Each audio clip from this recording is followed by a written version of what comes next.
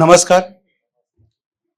આજે તારીખ 28 ઓગસ્ટ 2025 ગુરુવારના રોજ સાંજે 6 કલાકે રાવી પાઠક સભાગૃહ ગુજરાતી સાહિત્ય પરિષદ આશ્રમ રોડ અમદાવાદ ખાતે ગુજરાત રાજ્ય સંગીત નાટક અકાદમીના આર્થિક સહયોગથી ઓમ કોમ્યુનિકેશન દ્વારા કવિ ઝવેરચંદ મેઘાણીના 129મા જન્મદિન નિમિત્તે સિંધુડો શીર્ષક હેઠળ સાંસ્કૃતિક કાર્યક્રમનું આયોજન કરવામાં આવ્યું છે. સિંધુડો શીર્ષક અંતર્ગત લોક સાહિત્ય મર્મજ્ઞ માન્ય શ્રી વસંતભાઈ ગઢવી સાહેબ રાષ્ટ્રીય શાયર ઝવેરચંદ મેઘાણી વિશે વક્તવ્ય આપશે. ત્યારબાદ આપણી ભાષાના ખૂબ જાણીતા કવિ, લોક સાહિત્યકાર, દિગ્દર્શક, કલાકાર, નિર્માતા, લેખક એવા બહુ આયામી વ્યક્તિત્વ ધરાવતા પાર્શ્વ ગાયક માન્ય શ્રી અરવિંદભાઈ બારોટ એ ઝવેરચંદ મેઘાણીની રચનાઓની પ્રસ્તુતિ કરશે. તો સૌ પ્રથમ માન્ય શ્રી વસંતભાઈ ગઢવી સાહેબ અને અરવિંદભાઈ બારોટ સાહેબને વિનંતી કે મંચ ઉપર પોતાનું સ્થાન ગ્રહણ કરે. આપણે ખૂબ તાળીથી એમનું સન્માન કરીશું. આપનું સ્વાગત છે સર. આપ જાણો છો તેમ ઓમ કોમ્યુનિકેશન દ્વારા છેલ્લા 12 વર્ષથી દિવંગત સાહિત્યકારોના જન્મદિન પુણ્યતિથિએ સાહિત્યિક વ્યાખ્યાનનું આયોજન થાય છે. તેમજ દર મહિને શબ્દજ્યોતિ શીર્ષક હેઠળ એક હયાત સાહિત્યકારના જન્મદિનની ઉજવણી થાય છે. સાથે સાહિત્યના વિશિષ્ટ કાર્યક્રમો જેવા કે સંસ્કૃત પર્વ, સાહિત્ય પંચામૃત, ગુજરાતી આત્મકથાના 150 વર્ષની ઉજવણી, પર્યુષણ સાહિત્ય પર્વ, પુસ્તક પરિચય અને શબ્દ સંપદા જેવા કાર્યક્રમોનું આયોજન થાય છે. આયોજન થયેલ તમામ કાર્યક્રમો યુટ્યુબમાં સાહિત્ય વિમર્શમાં અપલોડ કરવામાં આવે છે, જેથી જે અહીંયા હાજર નથી રહી શક્યા એ લોકો કાર્યક્રમનો લાભ લઈ શકે. માતૃભાષા ગુજરાતીની ચિંતા કરવાને બદલે માતૃભાષા ગુજરાતીનું સંવર્ધન થાય એ મુખ્ય હેતુથી આ પ્રકારના સાંસ્કૃતિક કાર્યક્રમ અને સાહિત્યિક વ્યાખ્યાનનું આયોજન થાય છે. સૌ પ્રથમ આપણે વક્તાઓનું સ્વાગત કરીશું. હું માન્ય શ્રી હર્ષદભાઈ ત્રિવેદી સાહેબને વિનંતી કે વસંતભાઈ ગઢવી સાહેબનું સ્વાગત કરે.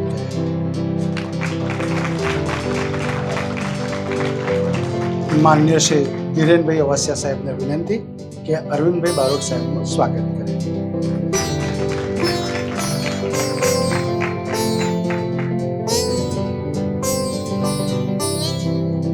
આભાર હર્ષદભાઈ, આભાર ધીરેનભાઈ.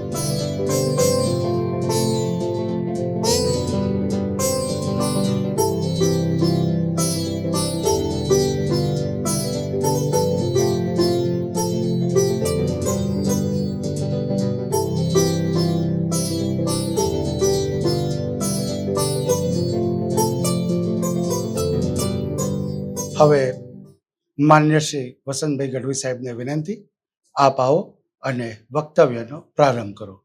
વક્તાશ્રીના વક્તવ્ય પહેલા ને વક્તવ્ય બાદ અચૂક આપણે તાળીથી એમનું સન્માન કરીશું.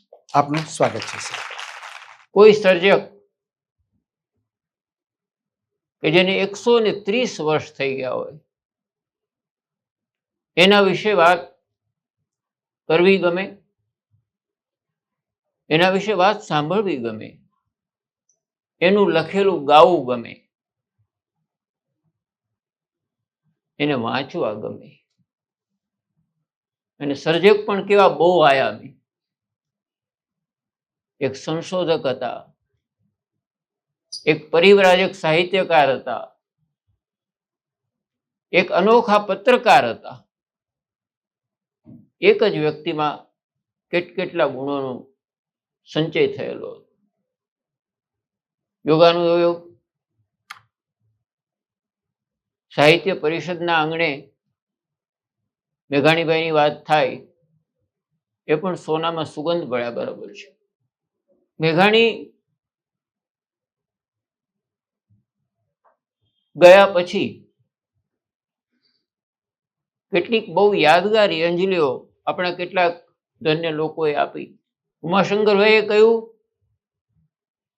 અને બહુ સરસ માર્મિક વાત કરી કવિ ઉમાશંકર જોશીએ કે દુનિયા પ્રતિષ્ઠા અને પૈસો ઘણાને આપે છે, ગુજરાતીઓ કદાચ પૈસો ઓછો આપતા હોય, પણ પ્રતિષ્ઠા અને પૈસો સામાન્ય રીતે દુનિયા ઘણાને આપે છે. એમાં બહુ ચોકસાઈ હોય કે ન પણ હોય, પણ દુનિયામાં પ્રેમ અને આદર બહુ ઓછા લોકોને આપે છે. નર્મદ અને નાનાલાલને ગુજરાતે પ્રેમ અને આદર આપ્યા છે. ઉમાશંકરભાઈની બે સરસ પંક્તિઓ પણ છે. અમૃતાળા માઢું કોક જ મળે. અમૃતાળા માઢું કોક જ મળે, જે હોય વાતુનો વિશ્રામ. આજે વાત કરવાનો વિસામો નથી રહ્યો, વાત કરવાની જગ્યા નથી રહી. કાળને ત્રાજવડે ત્રબકે તોફાયું, મંગળ મેઘાણી નામ. એમના ગયા પછી સૌરાષ્ટ્રમાં આઝાદી આવી એ સંક્રાંતિ કાળમાં આપ સૌ જાણો છો, એમાં આરઝી હુકુમતની એક મોટું યુદ્ધ થયું, લડાઈ થઈ, સંઘર્ષ થયો. જુનાગઢ શી રીતે પાકિસ્તાનમાં જાય, ગળે ન ઉતરે એવી એક આ વાત બની, અને એનું જે પરિણામ આવવું જોઈતું હતું એ જ આવ્યું.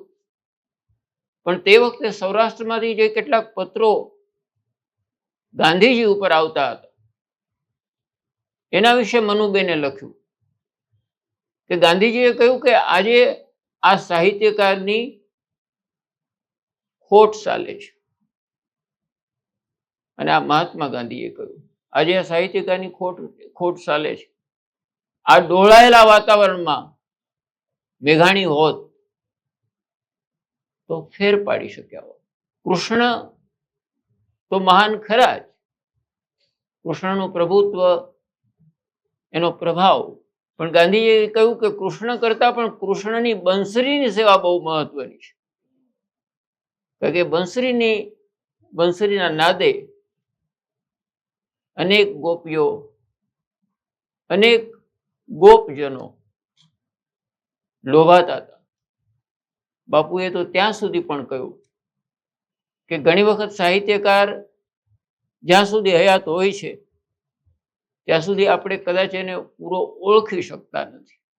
એટલે મેઘાણીનું જે વ્યક્તિત્વ હતું એ કોઈ એક મર્યાદિત સાહિત્યના પ્રકારમાં બાંધી શકાય એવું ન હતું. મેઘાણી કેમ યાદ આવે છે? એવા ઘણા બધા પાત્રો, ઘટનાઓ, પ્રસંગો, સંવાદો, નાના મોટા સંઘર્ષો જે વિસ્મૃત થઈ ગયા હોત, મેઘાણી જો ન હોત તો એ વિસ્મૃત થઈ ગયા હોત. ઉમાશંકરભાઈએ લખ્યું કે 50 વર્ષ સુધી, 50 વર્ષ જીવ્યા, સૌરાષ્ટ્રની ધરતી દેહધારીને મેઘાણી રૂપે વિચરી. કેટલો ઊંડું પકડ હશે એમની આ વિષયો પરની, એની કવિ વાત કરે છે. કેવા લોકો અને કેવા પ્રકારના માણસોને એમણે યાદ કર્યા અથવા આપણા સુધી લાવ્યા. તન ચોખા મન ઉજળા અને ભીતર દૂજો ન ભાવ, કિનકા બુરા ન ચિંતવે તાકુ રંગ ચડાવ. ધनको ઊંડા નહ ધરે રણ में ખેલે દાવ, ભાગી પોજા ભેળવે તાકુ રંગ ચડાવ. એવા લોકો કે જેમણે સમાજમાં કંઈક કરીને ગયા, કંઈક નક્કર કરીને ગયા, એના માટે કોઈ કિંમત ચૂકવવી પડે તો પણ એમણે ચૂકવી. એવા લોકોની વાતો મેઘાણીભાઈ આપણી સમક્ષ લાવ્યા. એવા પરિવ્રાજક સાહિત્યકારો વારંવાર મળવા મુશ્કેલ છે. આ પ્રકારની તકલીફો લઈને એક સ્થળેથી બીજે સ્થળે ભટકીને ટાંચા સાધનો વચ્ચે પણ સાહિત્ય એકઠું કરવું, અનેક લોકોને મળવું, એમની વાતો લખવી કાળજીથી, એનું કમ્પાઇલ કરવું, એ બધું આજના યુગમાં પ્રમાણમાં થોડું સરળ ચોક્કસ થયું હશે, પણ તે સમયના સંદર્ભમાં તો એ ચોક્કસ મુશ્કેલ હતું. અને એટલા માટે સરસ્વતી માતાને પણ કોઈકની રાહ હોય છે આવા લોકો. માતા સરસ્વતી મીટ માંડીને જ્યોતિ કોક દુલારો, કે આવો કોઈ મળે છે તો પછી લાગે છે ને કે આ નિડર, નિર્ભય, નિર્વ્યસની આ કોણ ઉપાસક મારો. બાવલ બેટો જોઈ બગસરે અને હૈયામાં હરખાણી, માટે અમર લોકથી આવ અમારા શાયર મેઘાણી. એમણે શું કર્યું? ગીરા કંદરા પહાડ ગજવતો અને ગાંડો તૂર થઈ ગાતો. ગીરા કંદરા પહાડ ગજવતો ગાંડો તૂર થઈ ગાતો. સાવજને ચારણ કન્યાનું યુદ્ધ નિરખવા જાતો. 14 વર્ષની ચારણ કન્યા એને જગદંબાશી જાણી, હવે અમર લોકથી આવ અમારા શાયર મેઘાણી. તું ના હો તો શું થાય? કોણ હવે કોદાળી લઈને ધરણી પર ઢંઢોળે? કોણ હવે કોદાળી લઈને ધરણી પર ઢંઢોળે? કોણ હવે સ્મશાન જગાડી ખપી ગયાને ખોળે? કોણ હવે કહેવાનું ગરવા ગૌરવની કહાણી, અમર લોકથી આવ અમારા શાયર મેઘાણી. પિંગોશીભાઈ લીલાની રચના છે. ખપી ગયા જે વટને ખાતર, એમને પોતાનો કોઈ સ્વાર્થ નહોતો. નાછડિયા હથિયાર વાળા માણેક બંધુઓ, એમનો પોતાનો કોઈ સ્વાર્થ નહોતો. આટલી મોટી બ્રિટિશ સત્તા અને ગાયકવાડની સરકાર સામે ઉભા રહ્યા ભાઈઓ. કારણ કે દ્વારકા ઉપર કોઈનો કબજો ના હોય. દ્વારકા ઉપર તો ઠાકોરનું જ રાજ હોય. એમને ખબર હતી કે આનું પરિણામ તો એ જ આવવાનું છે, આપણું મૃત્યુ નિશ્ચિત છે. ખપી ગયા જે વટને ખાતર, કોઈને સામું જોતા પૂછપરછ શું કરે પાળીએ, પછી નવરા સાક્ષર નહોતા. તે તો દંડોળ્યા તે ઢીમ ઢળેલા અને પ્રીછી વાત પુરાણી, અમર લોકથી આવ અમારા શાયર મેઘાણી. તો આ શાયર એ એના સમયના સંદર્ભમાં અનેક પ્રકારની વાતો આપણા માટે મૂકીને ગયા. આમ જુઓ તો 25 વર્ષની વયે અહીંયા કાઠિયાવાડમાં પાછા આવ્યા. લીખતી હું આવું છું, એ બહુ જાણીતો પત્ર છે એમનો. એમાં તો બીજા ઘણા પણ સરસ પત્રો છે, પણ આ વધારે વિશેષ પ્રસિદ્ધ થયો. સહી કરવાની આ એક નવી રીત હશે, લીખતી હું આવું છું. છેક કલકત્તામાં બેસીને કાઠિયાવાડના કોઈક ગામડામાં સાંજના સમયે, ગોધૂલીના સમયે ગાયોનું ધણ પાછું આવતું હોય અને એના ગળામાં જે ઘંટડીનો અવાજ થતો હોય એ એને કલકત્તામાં સંભળાય છે. એની બેચેની શામાંથી ઊભી થાય છે? કાઠિયાવાડના, સૌરાષ્ટ્રના કોઈ રામજી મંદિરમાં સાંજની ઝાલર વાગતી હોય, એનો રણકાર એને પહોંચે છે. એની બેચેની થાય છે અહીંયા આવવા માટે. એ થનગને છે અને કહે છે કે મને મારો અંતર્યામી ખોટા માર્ગે નહીં લઈ જાય. અહીંયા આવ્યા પછી 25 જ વર્ષ, અઢી દાયકામાં એક વ્યક્તિ એક યુગનું કામ કરીને ગઈ. ભાવનગરમાં એમણે કોલેજ કાળ શરૂ કર્યો. પ્રમાણમાં શરમાળ, બધા સાથે બહુ હળે મળે નહીં.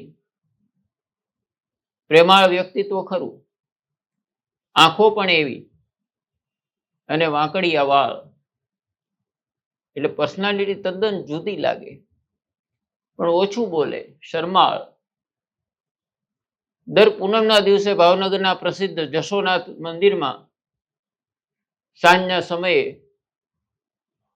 બધા ભેગા થાય, ગીતો ગાય.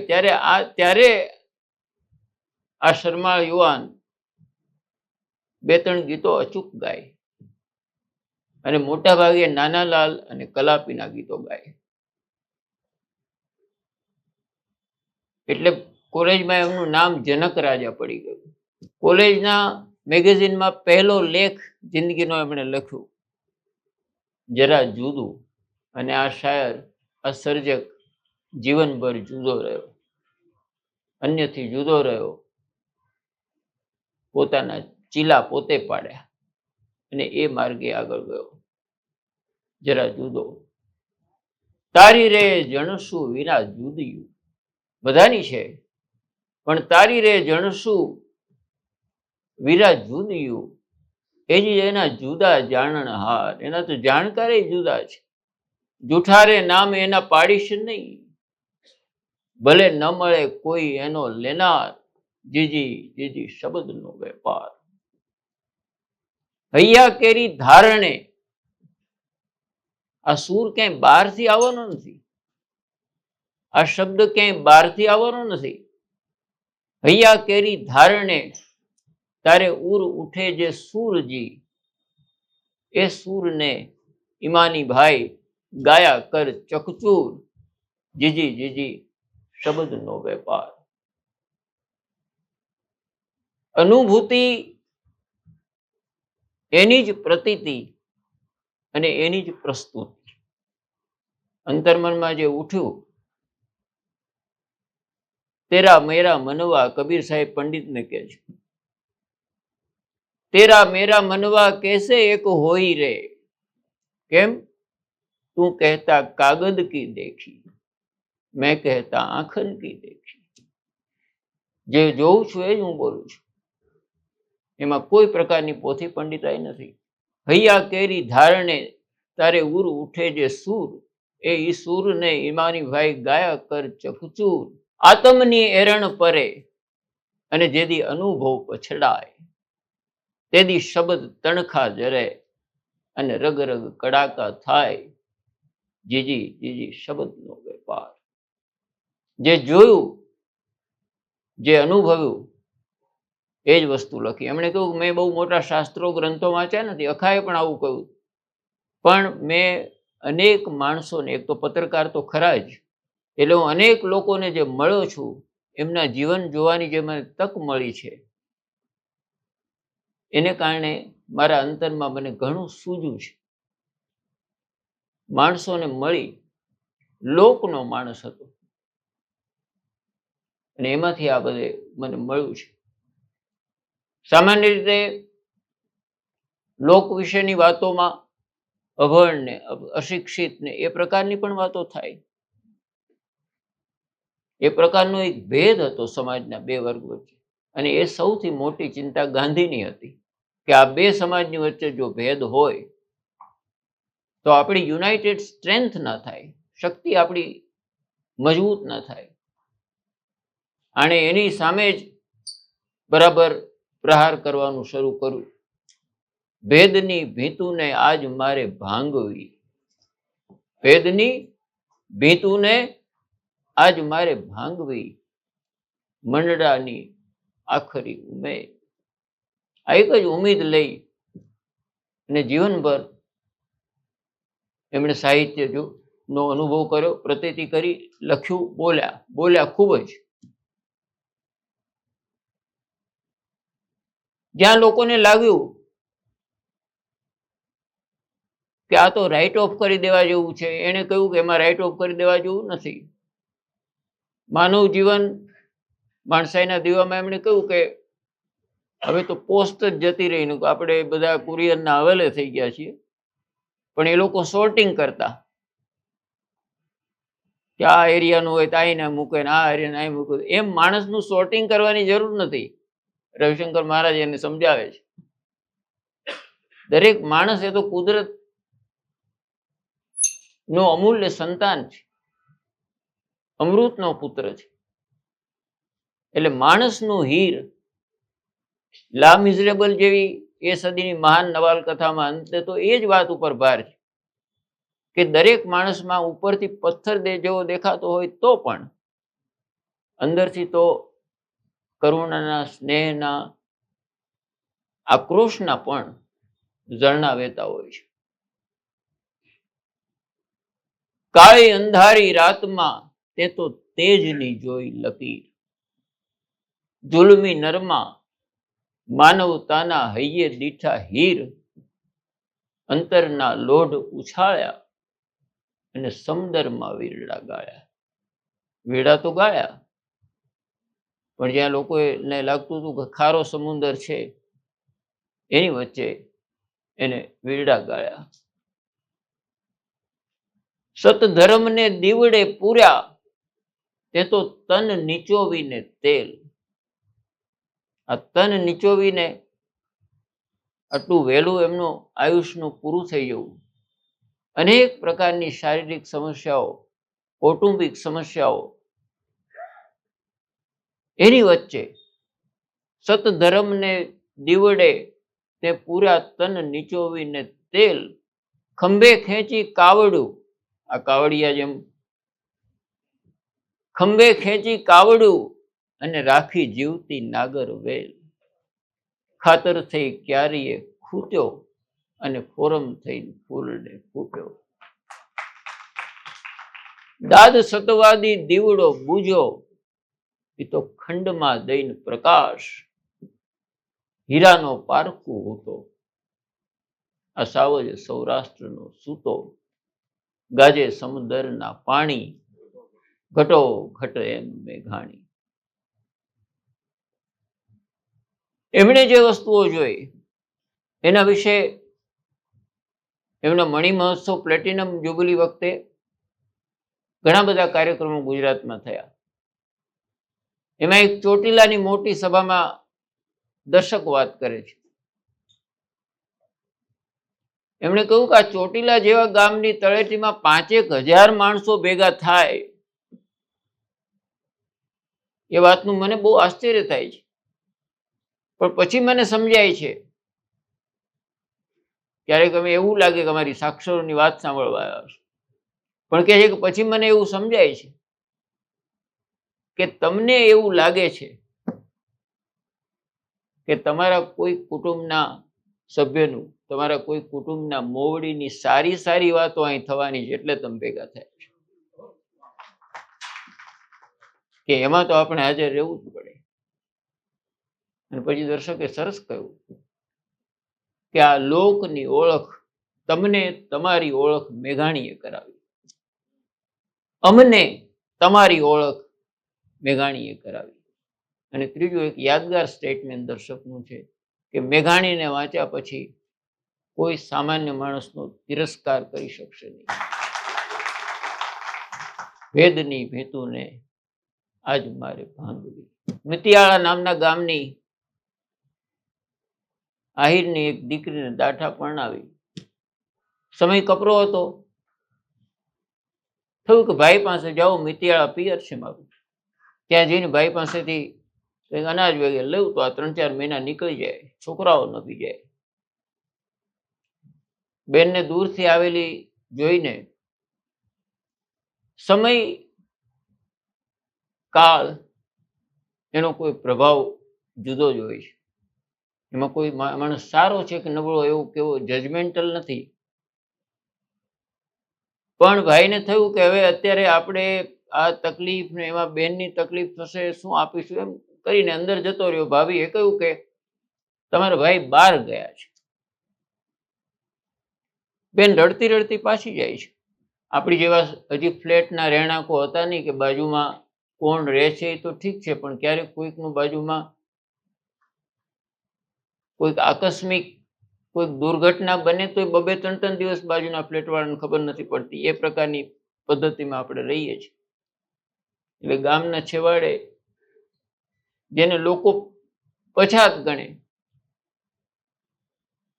પછાત ગણવાની પણ કેટલી બધી વિચિત્ર અને ક્રૂર પદ્ધતિ. ત્યાંથી નીકળી એટલે જોગડાએ કહ્યું કે બેન કેમ પાછી જાય, હમણાં તો આવી હતી. તો મારો ભાઈ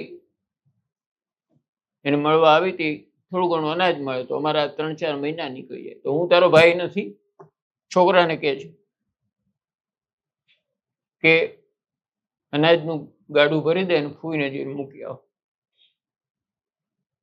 સાહેબ, આ પ્રજાના સંસ્કાર, આ લોકોના સંસ્કાર, આ સામૂહિક જીવન. ગીગા મૈયાનું બારવટું ચાલે, એ ગામમાંથી બે ચારણની બાઈઓ, સાસુ ને વહુ નીકળ્યા. તરસ લાગી હતી એટલે સુખી સંપન્ન ખેડૂત પરિવારનું ઘર જોઈને ઝાંપો ખખડાવ્યો, અંદર ગયા. તરસ લાગી છે, પાણી આપશો? પાણી તો લઈ આવ્યા, પણ એમણે જોયું કે અંદર કોઈક એવો ઘોંઘાટ થઈ રહ્યો છે કે જે અનયુઝુઅલ છે. સામાન્ય રીતે આવું થવું ના જોઈએ. આવું કેમ થાય છે? એટલે જે વહુ છે એ સાસુના મોઢા સામે જુએ છે, અનુમતિ માગે છે મૂંગા મોઢે કે પૂછપરછ કરું. એટલે પૂછે છે કે આ અંદર શું થઈ રહ્યું છે? આ અવાજ શાનો છે? આ ઘોંઘાટ શાનો છે? તો કે માં, તમારે એમાં કંઈ પડવાની જરૂર નથી, તમે પાણી પીને જલ્દી નીકળી જાઓ, અમારા નસીબમાં હશે, અમે ભોગવી લેશું. આગ્રહ કરે છે કે ના, એમ નહીં. કે તો કે ગીગા મૈયાના માણસો અંદર આવેલા છે, સરદાર પોતે પણ અંદર છે, અમારા ઘરમાંથી એક પછી એક પટારા ઉગાડી અને લૂંટ કરી રહ્યા છે. અમે જીવન મરણ વચ્ચે આ ક્ષણે ઉભેલા છે. અને હવે પેલી વયસ્ક બેન બોલે છે કે અમને એ ઓરડામાં લઈ ગયા. ત્યાં જાય છે. બે 10-10 શેરનું વજન થાય એટલા મજબૂત પથ્થરો બાજુમાં રાખે છે. બારવટીના માણસો કહે છે, માં ખસી જાઓ. એક જ શબ્દમાં જવાબ આપે, ખસી રહ્યા. હવે ગીગાને બોલાવો. ગીગો આવે, ક્ષત્રિય છે, જાણે છે. એટલે પાઘડી ઉતારી અને પૂરા વિવેક સાથે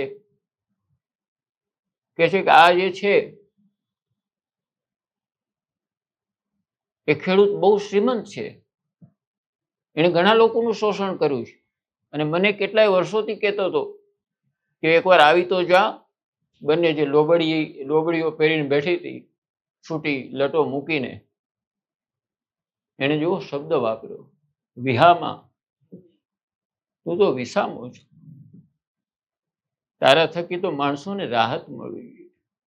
અથરોથામાં પાછો વળી ગયા. હવે પેલાને બરાબર ખબર છે આ પરંપરાની, કે જો આ પાલન ન થાય તો જેમ આપણે શ્રીફળ વધેરીએ છીએ એમ બંને બાઈઓ એમનું માથું વધેરી નાખે, અને એ જે લોહી વહે એ તો આખા વિસ્તારમાં હાહાકાર થઈ, અને મારે જીવવા જેવું ન રહે. એટલે કહે છે કે ભલે આઈ, અમે તો નીકળી જઈએ, પણ એક વાતનો જવાબ આપો કે તમારે આમની સાથેનો શું સંબંધ છે? તમારે આમની સાથેનો શું સંબંધ છે? તમે આ આખો તમારો જીવ જોખમમાં મૂકી રહ્યા છો. અમને ખબર છે તમે શું કરી શકો છો. અને સાહેબ, યાદગાર જવાબ આવે છે, અમે એના ગોળાનું પાણી પીધું છે. આ બંને ઘટનાઓ થઈ. એકમાં સમાજનો જ્ઞાતિ વર્ગભેદનો વિચ્છેદ, બીજામાં સત્યાગ્રહનું ઉત્કૃષ્ટ સ્વરૂપ. ત્યારે હજી ગાંધી આવ્યા નહોતા. દર્શક કહે છે કે ત્યારે ગાંધી આવ્યા નહોતા, તે પહેલા આ સ્થિતિ સમાજની હતી. એટલે એવી વાતો કે જેમાં મૂલ્યની કિંમત છે, જેમાં માણસની કિંમત છે, જેમાં જીવનની કિંમત છે, જેમાં નેક ટેક અને ખમીરની કિંમત છે. ગુજરાતના છોકરાઓ, એમણે લખ્યું છે, મેઘાણીએ પોતે લખ્યું, ગુજરાતના છોકરાઓ માટે કોઈ એવા પાત્રો આપણે નહીં આપીએ કે જેમને વાંચીને એમને લાગે કે ના, આવા પ્રકારના લોકો અમારે ત્યાં હતા. વિશ્વની ઘણી ભાષાઓમાં કામ થયા છે, તો આપણી ભાષામાં પણ કેમ ન થાય?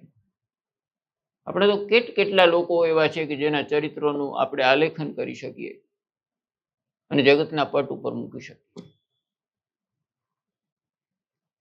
મેઘાણીભાઈ ના અનેક કામોમાં એક સુંદર કામ એમના અનુવાદોનું પણ છે. એને અનુવાદ કહીએ એના કરતા અનુસર્જન કહીએ હર્ષદભાઈ, કે જેમાં મૂળ ભાવનાને લઈને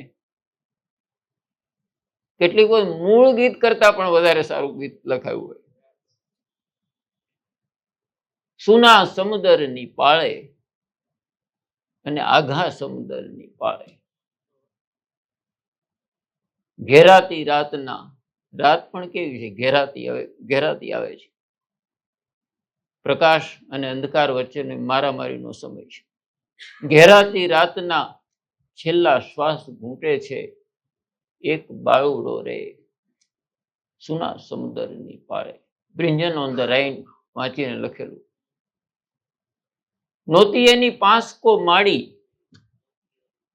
અને નહોતી એની પાંસકો બેની, વીરાના ઘાવ ધોનારી, રાત રોનારી, કોઈ ત્યાં નહોતી રે, સુના સમુદરની પાળે. વેગે એના લોહી વહેતા હતા. પરિસ્થિતિ નાજુક હતી. બેલે છે કથા ગીત. વેગે એના લોહી વહેતા હતા, વેગે એના લોહી વહેતા હતા. એક સાથી છે સાથે, સાથી એની આગળ ઝૂકે. ઘણી પંક્તિઓ પણ થોડી પંક્તિઓ. સાથી એનું આગળ ઝૂકે, સાથી એનું શિર લઈ પૂછે. બે ત્રણ વસ્તુ આ જે કહે છે એ પણ બહુ જ માર્મિક છે. વીરા મારો દેશડો દૂરે, વીરા મારું ગામડું દૂરે, તો શું કરવાનું? બેલીડા દેશવાસીને સોંપજે મોંઘી તેગ આ મારી રે, સુના સમુદરની પાળે. આ સ્વાર્પણની જે કટમાળ છે, જેનો હું પણ એક હિસ્સો છું, એ ચાલતી રહેવી જોઈએ. બેલીડા દેશવાસીને સોંપજે મોંઘી તેગ આ મારવી રે, સુના સમુદરની પાળે. પણ તું જઈશ ત્યારે એને કેવી કલ્પના આવે છે જીવનના છેલ્લા શ્વાસોમાં. લીલુડા લીંબડા હેઠે રે. એક લીલા વિશાળ લીમડાનું વૃક્ષ છે, એમાં મારા ભેરુઓ બધા ભેગા થશે. લીલુડા લીંબડા હેઠે રે, લીલુડા લીંબડા હેઠે, ભેળા થઈને પૂછશે ભાંડું. મને જોશે નહીં ને એટલે ઉત્કંઠા થશે. ભેગા થઈને પૂછશે ભાંડું કે આ રણ ઘેલુડો કેમ રોકાણો, સુના સમુદરની પાળે. બીજું મારી માતને કહેજે. માં યાદ આવે છે. શું કહે છે? રોષોમાં માવડી મારી, પાળશે તુને ભાઈ મોટેરા રે, સુના સમુદરની પાળે. માને કહે છે મારું જીવન કેવું હતું? માડી હું તો રાન પંખીડું, હું તો વગડાનું પંખી. માડી હું રાન પંખીડું રે, પ્રીતિના પિંજરે મારો જંપિયો નહોતો જીવ તોફાની રે, સુના સમુદરની પાળે. જોજે બેનને કહેવરાવે છે, જોજે બેની હામ ન ભાંગે. મને જોઈને, મને જોવા માટે તું ઉત્સુક હતી, પણ હું રોકાઈ ગયો. એટલે કે જોજે બેની હામ ન ભાંગે, જોજે બેની વેદના જાગે. તને વેદના ન થવી જોઈએ. કેમ કે તું એ રણ બંકડા કેરી બેન, ખુલાતી રાખજે છાતી રે, સુના સમુદરની પાળે. પણ એક સ્નેહીજન જેના વિશે વાત કરવી છે, એની ઓળખ શું આપવી? બંધુ મારી એક છે બીજી, બેલી મારા એક છે બીજી. કેવી ઓળખ આપે?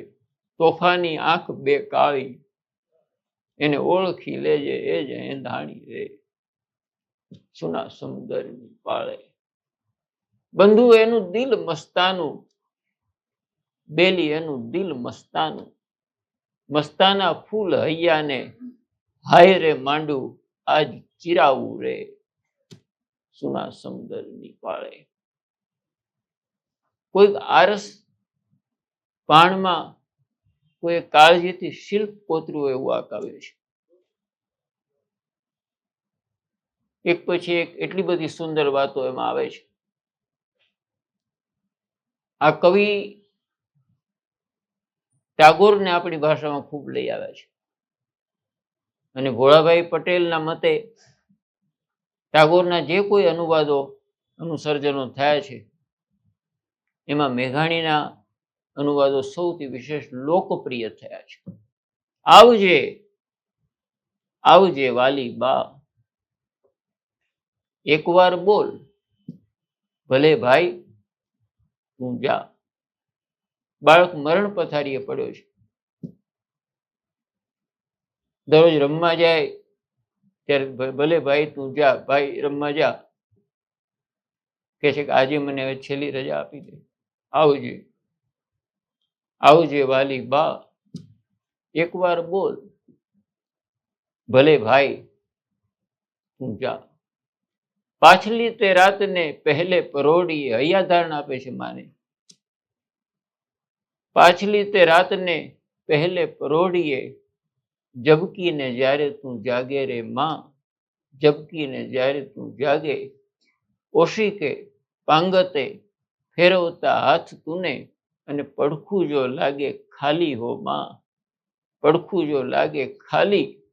કેવી સાંત્વના આપે, મને મને હળવા પાડજે સાદ, તો પડઘો થઈને દઈશ હું જવાબ. આવજે આવજે વાલી બા, એકવાર બોલ ભલે ભાઈ તું જા. ઢીંગલો ને પોતિયું લઈ માસી બા આવશે, પૂછશે કે ક્યાં ગયો બચુડો, કહેજે કે બેન બચુ આરે બેઠો, મારી આંખ કેરી કીકીઓમાં રૂડો. આવજે આવજે વાલી બા, તારી સ્મૃતિમાં તારી આંખની કીકીઓમાં હું જીવતો રહીશ. આ જેટલા પણ તમે આ સંસ્કરણો જુઓ હોય તો એમાંના ઘણા બધા એને માનવ હૃદયની કોઈક એવી ઉર્મિઓને ટચ કર્યો છે કે જે સામાન્ય રીતે આજે પણ વાંચતા આપણે રોમાંચિત થઈ જઈએ. કેવી હતી ને કેવી નહીં. બહુ બાળપણમાં માતા ગુજરી ગઈ છે. આ પણ કવિવરનું રચના. કેવી હતી ને કેવી નહીં, માં મને હવે કોઈ દી સાંભળે નહીં. કિશોરભાઈનું બાળક કહે છે કે માં હવે સ્મૃતિમાં આવતી નથી, હું બહુ નાનો હતો ત્યારે જતી રહી. કેવી હતી કેવી નહીં, માં મને કોઈ દી સાંભળે નહીં. શ્રાવણની કોક કોક વહેલી સવારમાં સાંભળી આવે બા. ત્યારે કેવો ભાવ થાય છે, પારિજાતકની મીઠી સુગંધ લઈ જાણે વાડીએથી આવતો વાહ. દેવને પૂજતી ફૂલ ફૂલ દઈ, માં એની મહેક મહેક મેલતી ગઈ.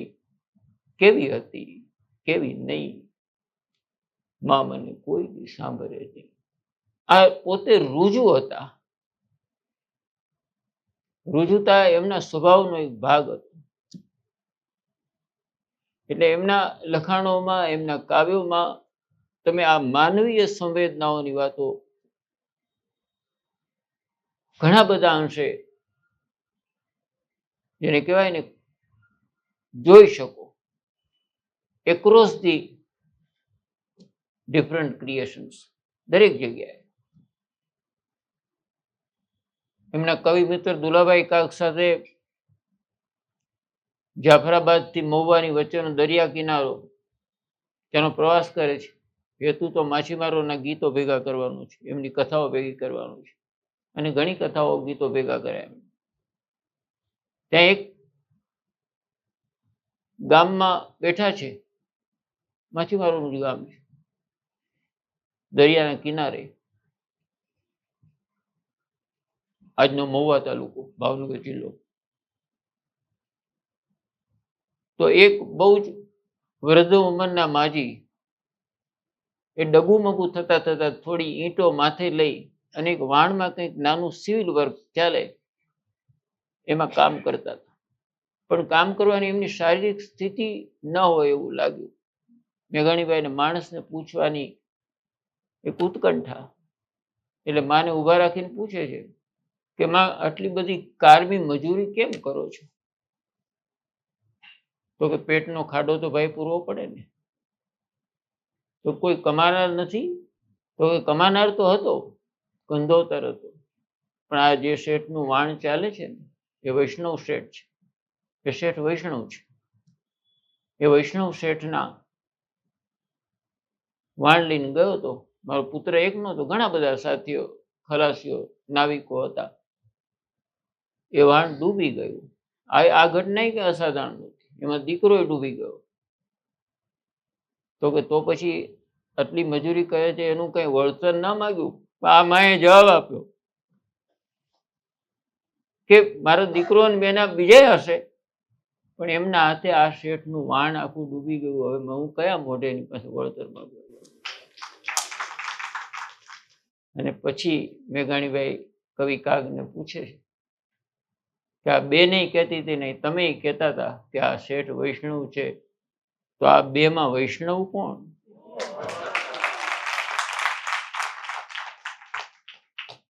આ બે માં વૈષ્ણવ કોણ?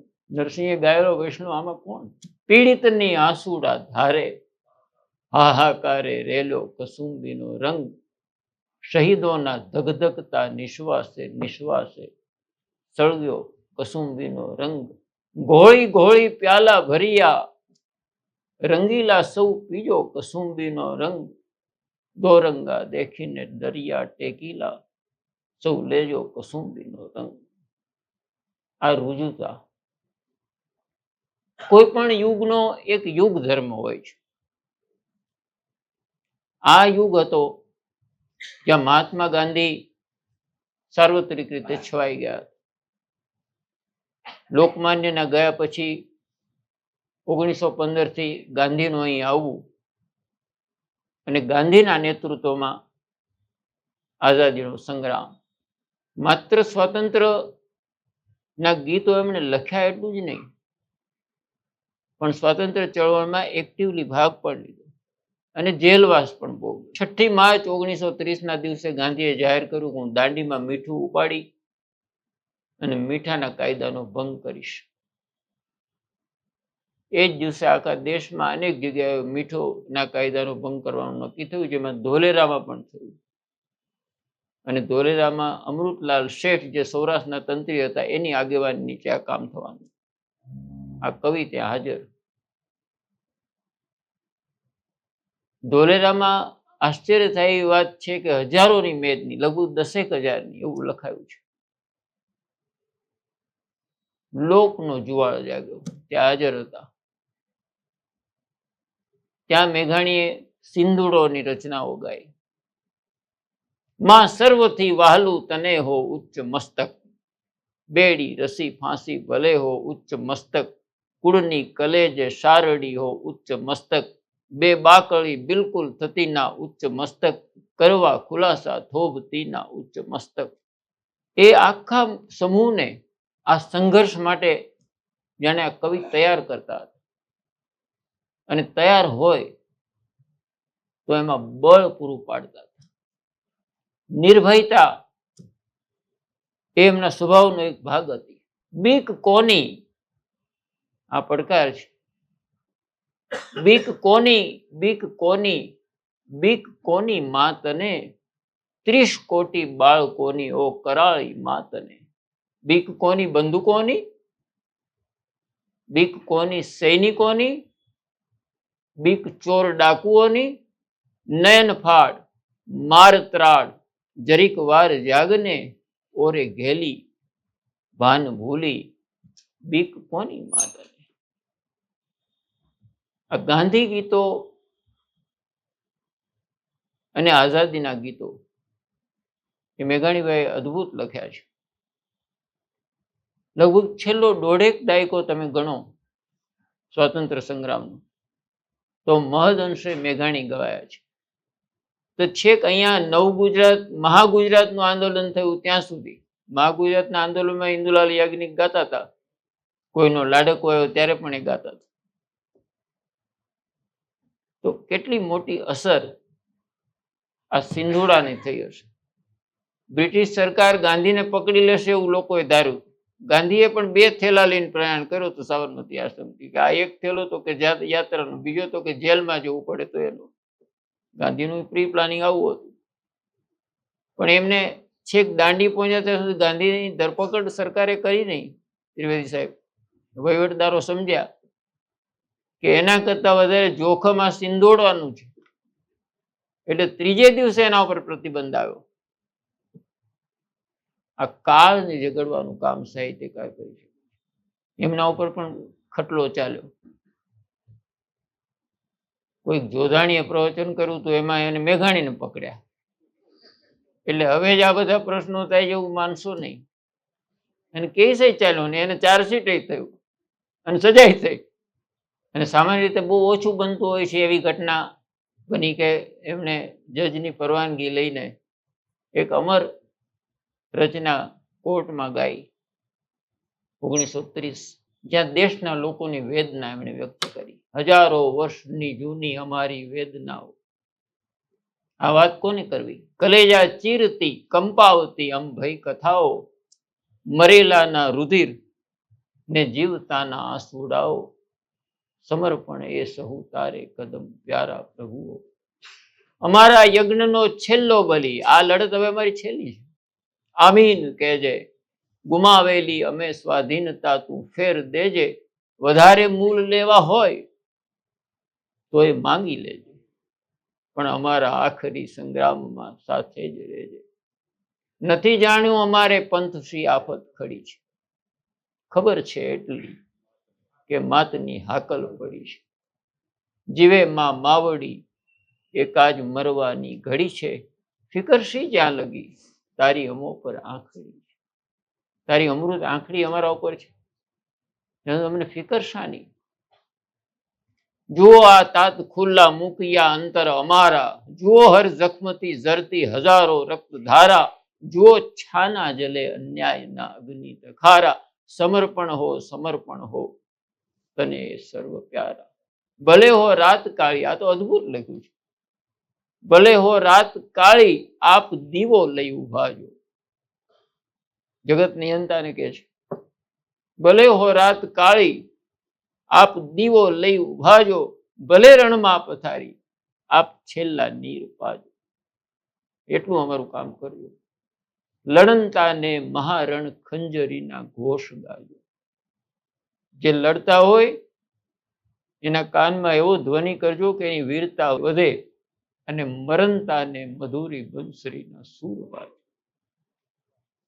જે હવે છેલ્લા શ્વાસ લેતા હોય એને તારો બંસરીનો સૂર એના કાન સુધી પહોંચે, એવી કવિની માંગણી છે. ગાંધી વિશેના તો અનેક કાવ્યો લખ્યા, પણ ગાંધી ગોળમેજી પરિષદમાં ગયા એક જાણીતું તો છે જ, પણ એની સાથે સાથે એમની કવિત્વ શક્તિ એક ચરમસીમાએ પહોંચેલી છે. અમૃતલાલ શેઠ કહે છે કે મેઘાણીભાઈ આ બધા છાપાઓમાં આવે છે તો બહારની વાતો આવે છે, ગોળમેજીમાં જવું ન જવું, ફાયદો થાય ન થાય, પણ ગાંધીના મનમાં જે વાતો ચાલતી હશે એને કોણ લખે? શનિવારે સ્ટીમર ઉપડવાની, ગુરુવારે લખાયું. તંત્રી જાગૃત એટલે છેક ત્યાં સ્ટીમર જ્યાંથી ઉપડવાની ત્યાં ડોક ઉપર થોડી કોપીઓ કરીને વેચી મહાદેવભાઈને આપી. છેલ્લો કટોરો ઝેરનો આપી જજો બાપુ. કેમ? સાગર પીનારા. કેવી ઉપમા આપે છે? સાગર પીનારા અંજલિ નવ ઢોળજો બાપુ. કેવું જીવન છે તમારું? અણખૂટ વિશ્વાસે વયું જીવન તમારું. થોડે સ્ટીમર આગળ ગઈ પછી મહાદેવભાઈ એમના ક્રમ પ્રમાણે બધા કાગળો વાંચવાનું શરૂ કર્યું. એમાં કવિતા પણ એમણે ગાંધીને વાંચી સંભળાવી. ગાંધીજીએ કહ્યું કે મારા મનમાં જે ચાલતું હતું છેલ્લા 3 અઠવાડિયાથી એ ગડમથલ આ કવિએ આબેહૂબ શબ્દોમાં વ્યક્ત કર્યું. ગાંધીની વિચારણા અને મહાદેવભાઈએ સરસ લખ્યું કે આપણી પેલી પુરાણી વાતોમાં આવતું ને કે અંધાર પછેડો લઈને રાજા નીકળ્યા. એને કહ્યું કે આ મેઘાણી અંધાર પછેડો લઈને છેલ્લા 3 અઠવાડિયાથી ગાંધીજીની સાથે રહ્યા હોય એવું લાગ્યા કરે છે. નહીં તો આટલી બારીકાઈથી અણખૂટ વિશ્વાસે વયું જીવન તમારું, ધૂરતો દગલબાજો થકી પડ્યું પનારું, હવે આ આખરી ઓશી કડે શિર સોંપવું બાપુ, કાપે ભલે ગરદન રીપુ મન માપવું બાપુ. સુર અસુરના નવયુગી ઉદધી વલોણે, દેવ અને દાનવોએ વર્ષો પહેલા વલોણું કર્યું હતું. આ નવયુગનું વલોણ છે. સુર અસુરના આ નવયુગી ઉદધી વલોણે સી છે ગતાગમ રત્નના કામી જનોને. આમાંથી લાભ લઈ લેવો છે, એમને ખબર નથી કે અંદરથી શું નીકળવાનું છે. એ કોણ પીશે? તું વિના પીશે કોણ શંભુ ઝેર દોણે. વિશ્વના ઝેરને પીનારો તું છો. હૈયા લગી ગળવા ગરલ જટ જાઓ રે બાપુ, ઓ સૌમ્ય રૌદ્ર કરાળ કોમળ જાઓ ને બાપુ. એક એક શબ્દો ઉપર સાહેબ સમીક્ષા લખી શકાય એવા શબ્દો લખ્યા. સૌમ્ય છે, રૌદ્ર છે, કરાળ છે, કોમળ છે. નહીં જાઓ તો શું થાય? જગ મારશે મેણા, ન આવ્યો આત્મજ્ઞાની. ભારતમાં બેસીને પ્રવચનો કરે, અહીંયા ના આવ્યો. જગ મારશે મેણા, ન આવ્યો આત્મજ્ઞાની, નાવ્યો ગુમાની. કારણ કે પોલ પોતાની પીછાની, એનું જ પોલું છે. ના આવ્યો ગુમાની, પોલ પીછાની. આજાર માનવ જાત આકુળ થઈ રહી બાપુ, તારી તબીબી, તારું આવે તબીબી મેડિકલ કરવા માંગે છે આ લોકો કે અંદર બહારથી તું કેવો છે. તારી તબીબી કાજ એ તલસી રહી બાપુ. અમારી સ્થિતિ શું છે? ચાબુક જપતી દંડ દંડા મારના. ચારે બાજુ જે સ્થિતિ છે આ છે. નાના મોટા આંદોલનો થતા રહે છે, એના ઉપર ગોળીબાર થતા રહે છે, લાઠીચાર્જ થતા રહે છે. ચાબુક જપતી દંડ દંડા મારના, જીવતા એ કબ્રસ્તાન કારાગારના, એમાં થોડા ઘણા છંટકાવ ગોળીબારના.